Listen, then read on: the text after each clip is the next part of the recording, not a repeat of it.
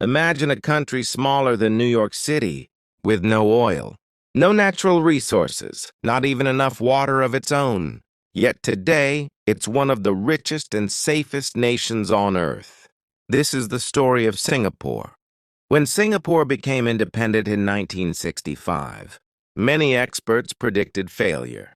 It had high unemployment, racial tensions, and almost no natural resources.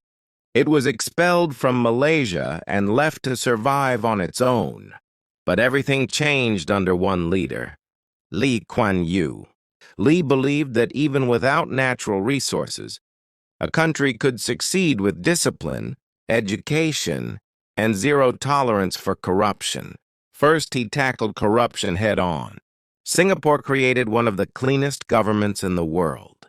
Strict laws, strong enforcement, and high salaries for public officials reduced bribery dramatically. Today, Singapore consistently ranks among the least corrupt countries globally. Second, they invested heavily in education. Instead of focusing on memorization, Singapore built a system centered on math, science, engineering, and innovation. Universities like National University of Singapore now rank among the best in Asia. The workforce became highly skilled, exactly what global companies were looking for. Third, location. Singapore sits at one of the world's most strategic shipping routes. Its port is now one of the busiest on the planet, connecting east and west. This turned the country into a global trade and financial hub. But perhaps the most controversial reason for its success? Strict laws. Heavy fines for littering, severe penalties for vandalism and drug crimes, low tolerance for disorder. Some critics call it too strict.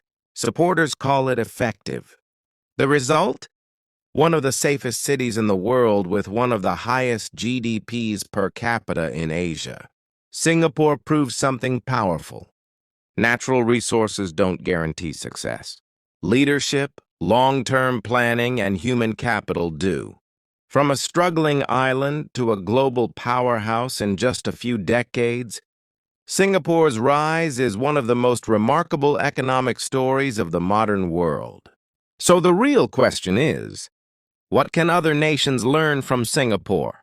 If you found this video insightful, make sure to like, subscribe, and share for more global success stories.